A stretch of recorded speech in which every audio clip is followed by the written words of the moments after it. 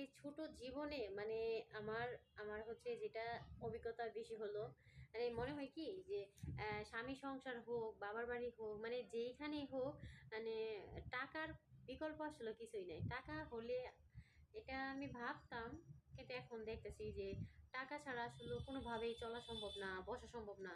টাকা টাকা মানে জীবন মানে হচ্ছে টাকা। টাকা ছাড়া কিছুই নাই জীবনে।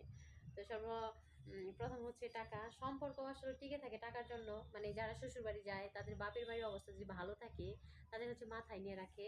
আর যদি অবস্থা একটু খারাপ থাকে, মানে টাকা সম্পর্ক একটু খারাপ থাকে, তাদের আসলে ওইভাবে দেখতেই পারে না।